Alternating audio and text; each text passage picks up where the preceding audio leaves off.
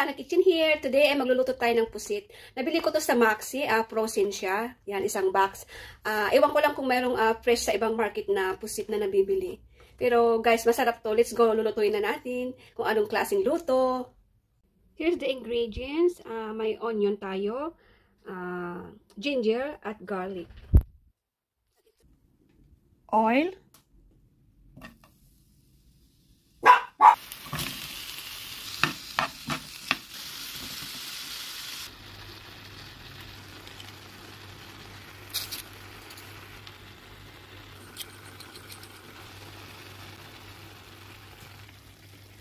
Don't overcook guys kasi titigas yung squid.